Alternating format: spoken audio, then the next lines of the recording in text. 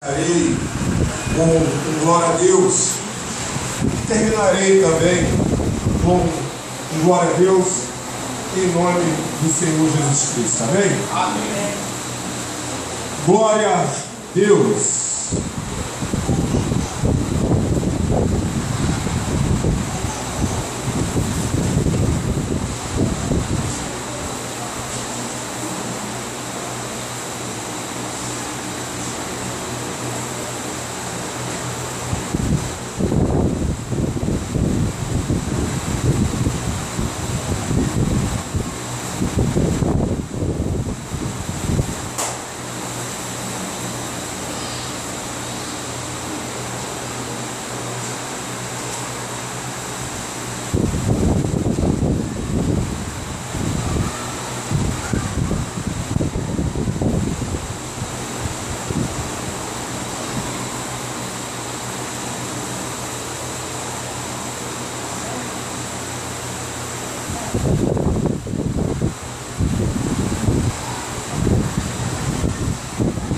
Glória a Deus.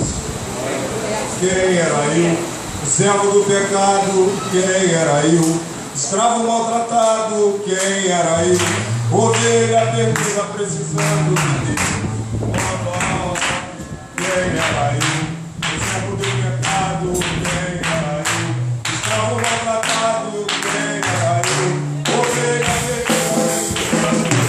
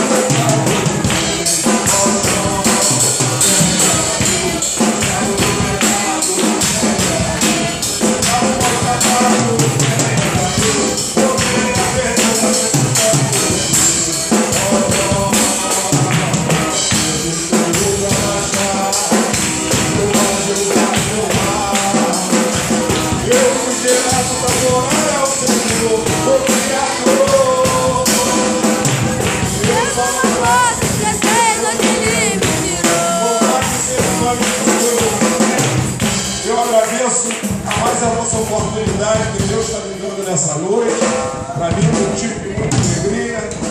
9 meses na presença do Senhor Jesus Cristo, segunda vez que eu subo aqui no altar, já subi aqui no altar uma responsabilidade.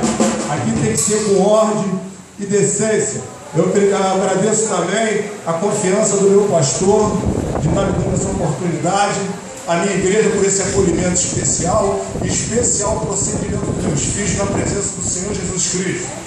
E eu convido a igreja para abrir as suas Bíblias no livro de 1 Reis 21.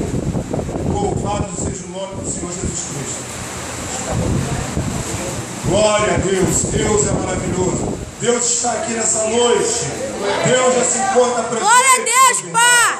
Aleluia, Deus. O Santo de Deus está aqui para alegrar essa noite maravilhosa. Todos acharam? Louvado seja o nome do Senhor. a palavra diz: Nabote recusa vender a sua vinha a Acabe. Texto muito conhecido, e a palavra diz: e sucedeu-se depois dessas coisas, tendo Nabote, o Jerita, uma vinha que em Jezreel estava junto ao palácio de Acabe, rei de Samaria, que Acabe falou a Nabote, dizendo: dá-me a tua vinha para que me sirva de horta, pois está vizinha ao pé da minha casa, e te darei por ela outra vinha melhor do que ela, ou, se parece bem aos teus olhos, dar-te-ei a sua valia em dinheiro. Porém, Nabote disse a Acabe: guarda, meu senhor, de que eu te dê a herança de meus pais.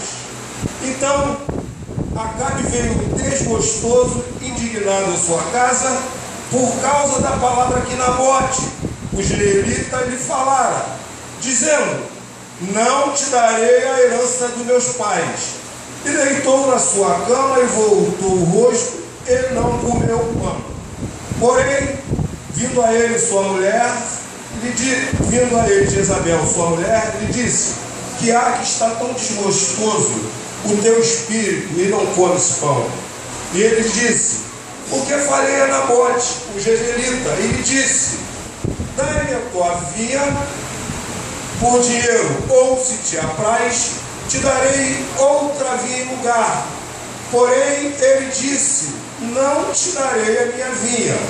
Então Jezabel, sua mulher, lhe disse: governas tu agora no reino de Israel?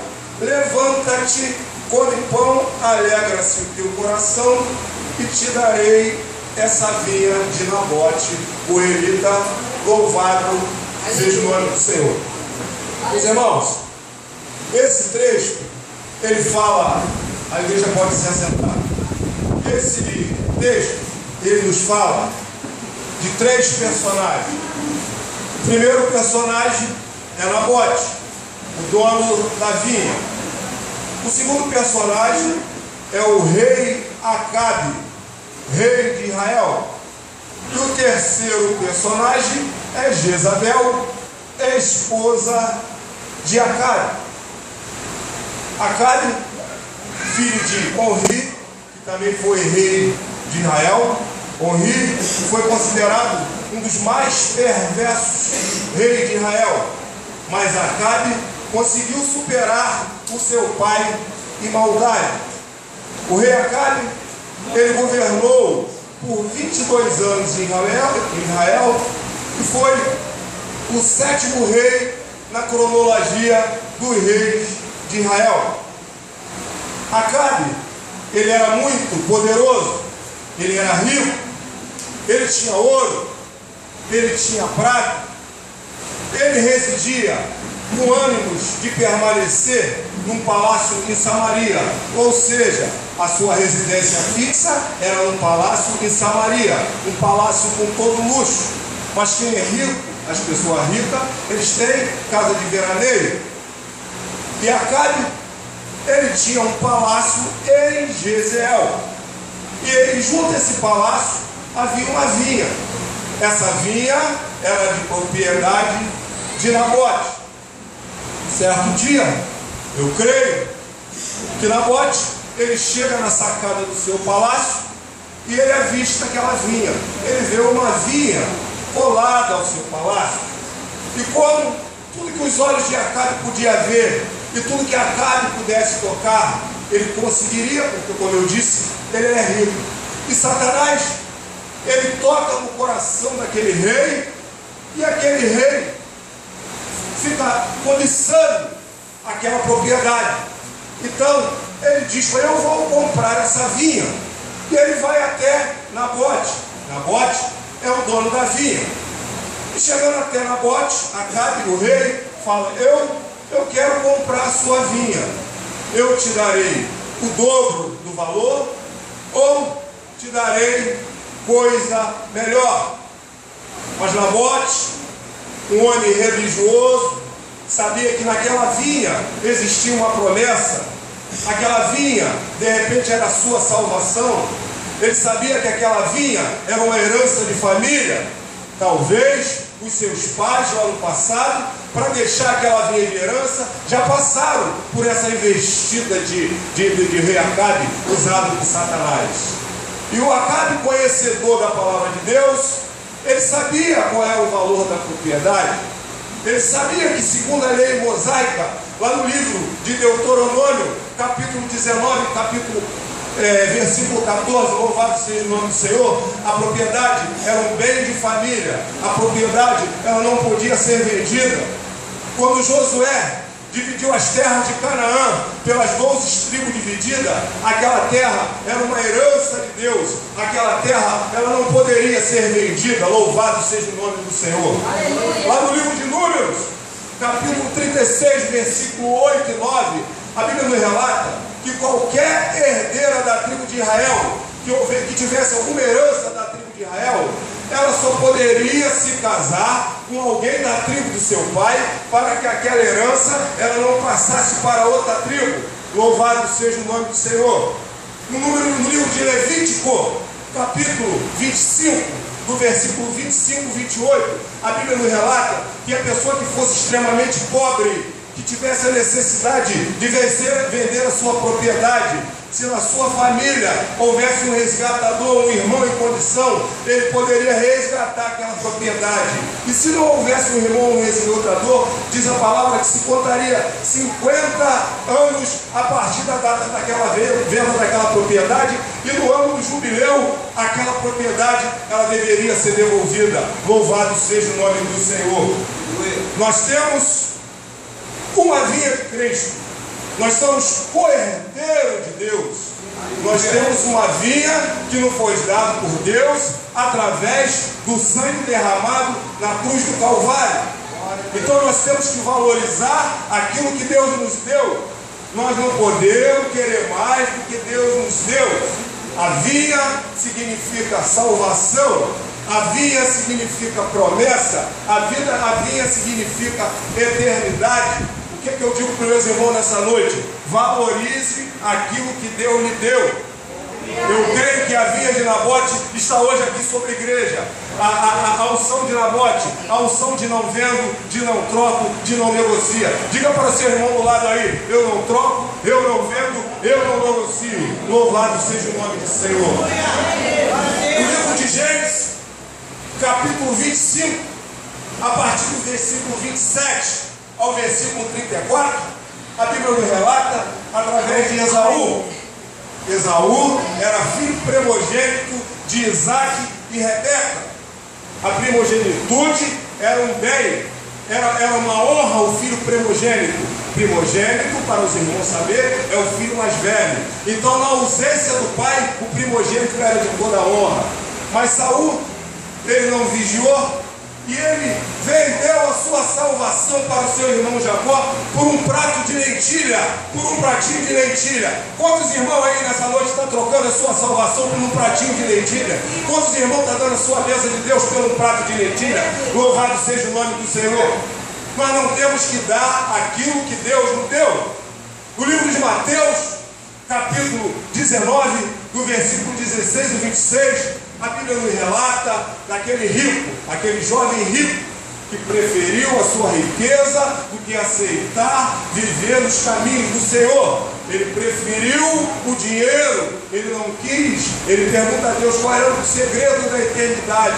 E Deus manda ele vender a propriedade, mas ele não quer desfazer da riqueza. Ele prefere a riqueza do que aceitar a salvação. Louvado seja o nome do Senhor. Judas trocou a sua salvação por 30 moedas de ouro.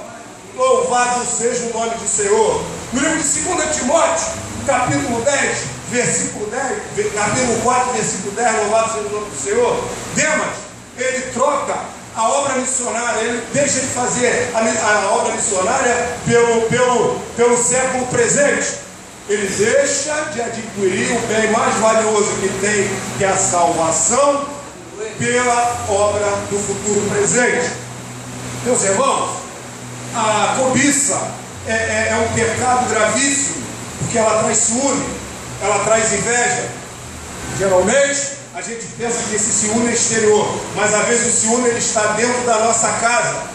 Lá, José, passagem muito conhecida, José ele tinha um mistério de revelações, lá desde o início, e os seus irmãos, dentro da sua própria casa, eles invejavam José, eles tramaram contra a vida de José, ainda mais quando José ganhou uma túnica de seu pai. Então eles tramaram de matar o seu irmão, mas o plano ficou somente deles venderem José por uma caravana de ismaelita, uma passagem conhecida, e José é levado ao Egito e vendido a Potifar, que é uma passagem que todos nós conhecemos. Nós temos que ser vinha ou nós temos que ser horta? A horta ela era muito comum no Egito. A horta tinha raízes rasas.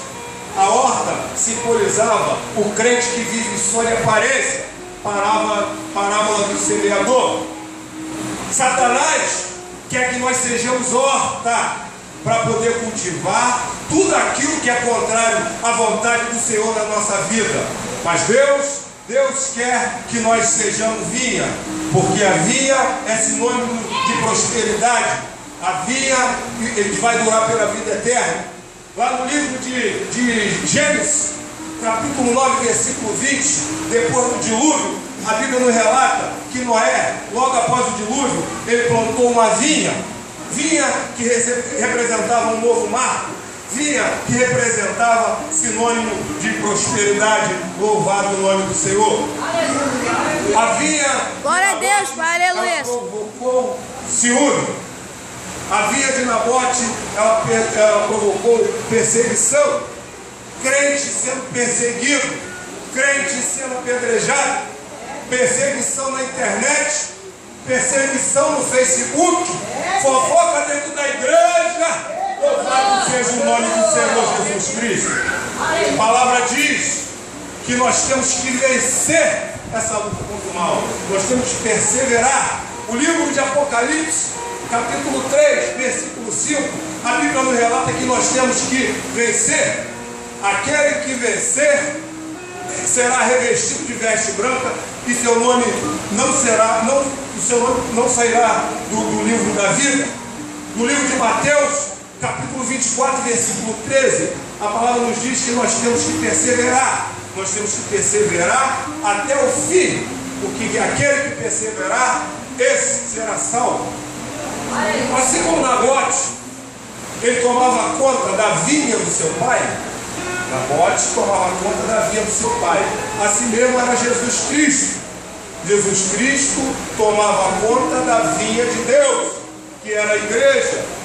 E do mesmo forma que blasfemaram contra Nabote, blasfemaram contra Jesus. Que Jesus blasfemou contra Deus e contra o rei, mas Jesus não tinha pecado nenhum. No livro de Marcos 14, 5, a Bíblia nos relata que os grandes, os fariseus, eles procuravam ver qual era o defeito de Jesus e não tinha defeito nenhum, não tinha nenhum defeito que pudesse Jesus ser condenado. Interessante dizer que Deus é o nosso protetor. Quando Deus nos protege, ninguém pode tocar. Exemplo disso foi quando Elias derrotou os profetas de Baal no Monte Carmelo. Ele foi terrivelmente perseguido por Jezabel. Jezabel, mulher de Acabe, era uma princesa cananeia. Jezabel era filha de Etbaal, rei de Sidom. E Jezabel, aonde Jezabel era a cidade de Israel? Era em Sarepta. E Jesus, ele coloca Elias lá em Sarepta, naquela passagem lá em 1 Reis 17:8, que é aquela passagem da viúva de Sarepta, onde Elias, ele multiplica a porção de azeite, multiplica a porção de trigo e salva o filho daquela viúva. Então Deus, quando ele tem um propósito, quando alguém tem um propósito com ele, ele protege.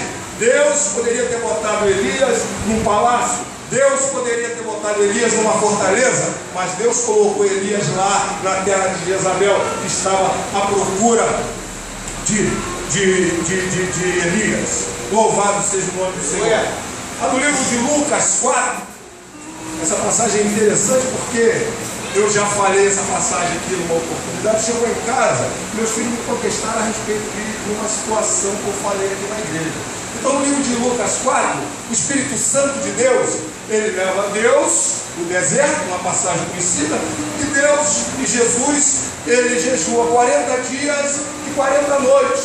E Jesus sente fome. Então, o maligno, que nós não podemos dar brecha, ele tenta se aproveitar daquele momento e tenta fazer Jesus cair em tentação. Ele leva Jesus para ver todas as coisas do mundo, leva no alto determinado, uma passagem conhecida, para eu não sair dessa passagem. Então, nós cristãos, nós temos que estar como? Preparados para investir no maligno. Nós temos que estar fazendo a obra de Deus. Nós temos que estar vindo à igreja constantemente. Nós temos que vir na consagração. Nós temos que vir um monte.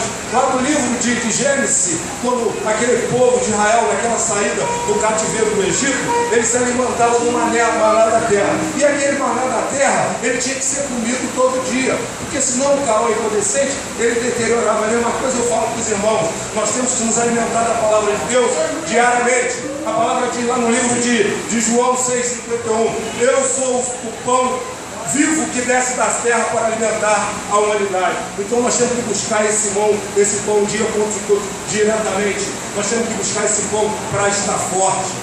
A comparação que eu fiz do crente que tem que estar sempre buscando a palavra de Deus, que está sempre fazendo a obra na igreja, eu comparei aqui na igreja ao urso.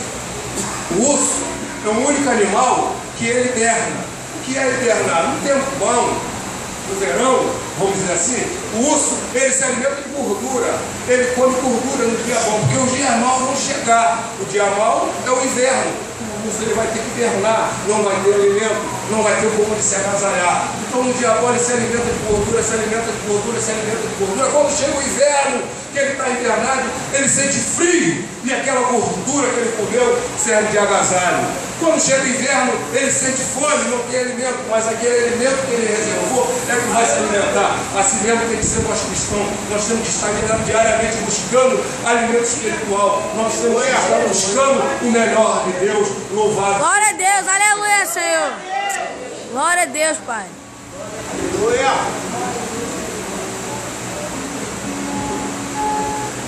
Jovens, o mês que se inicia é um mês extremamente perigoso para os jovens.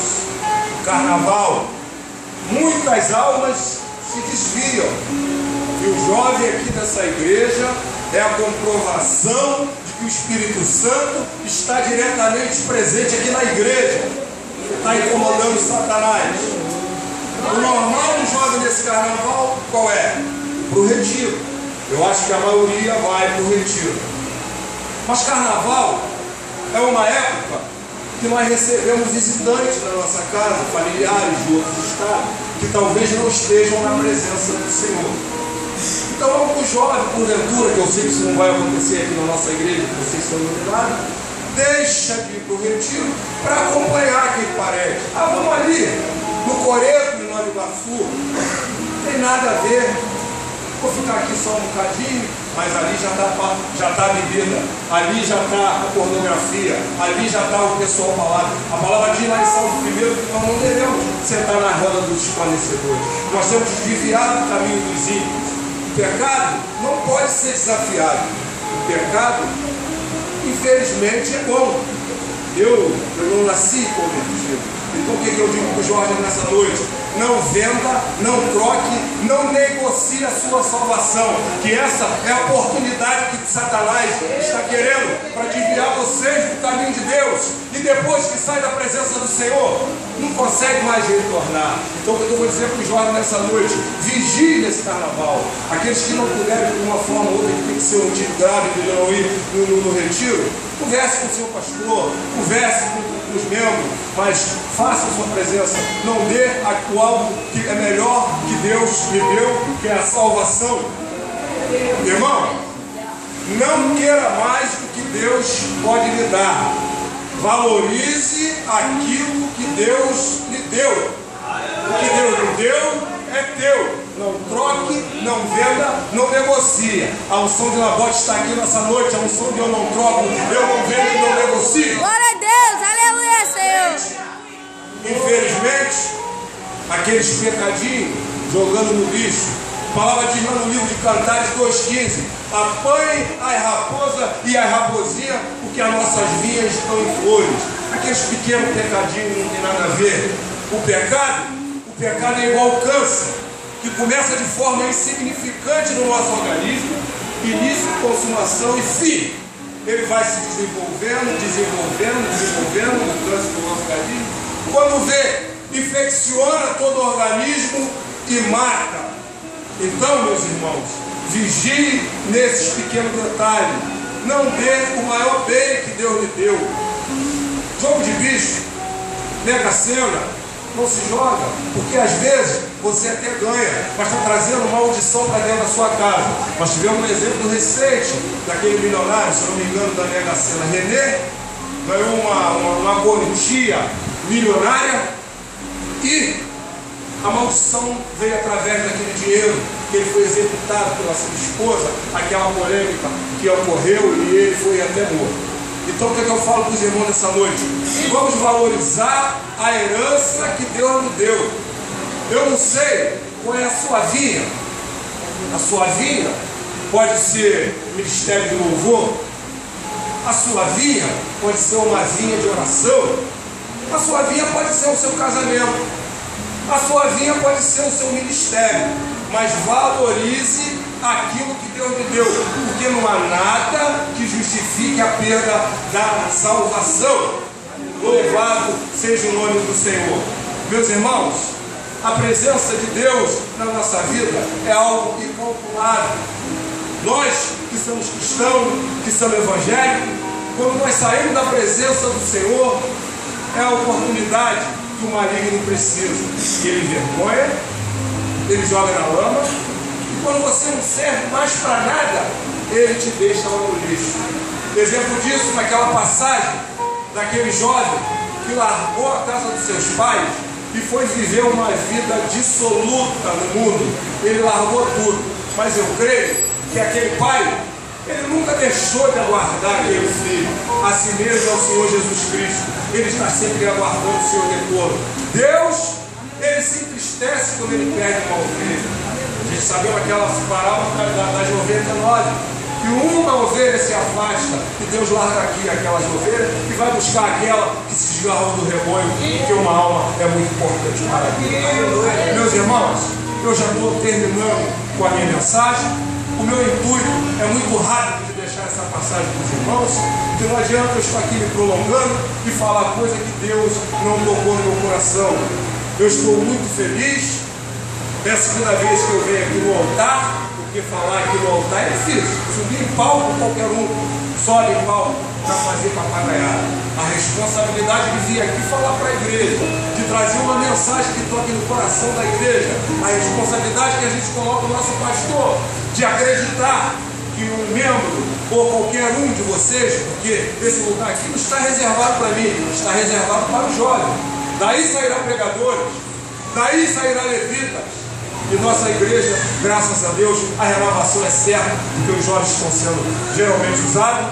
E eu agradeço a minha rica oportunidade em nome de Jesus Cristo.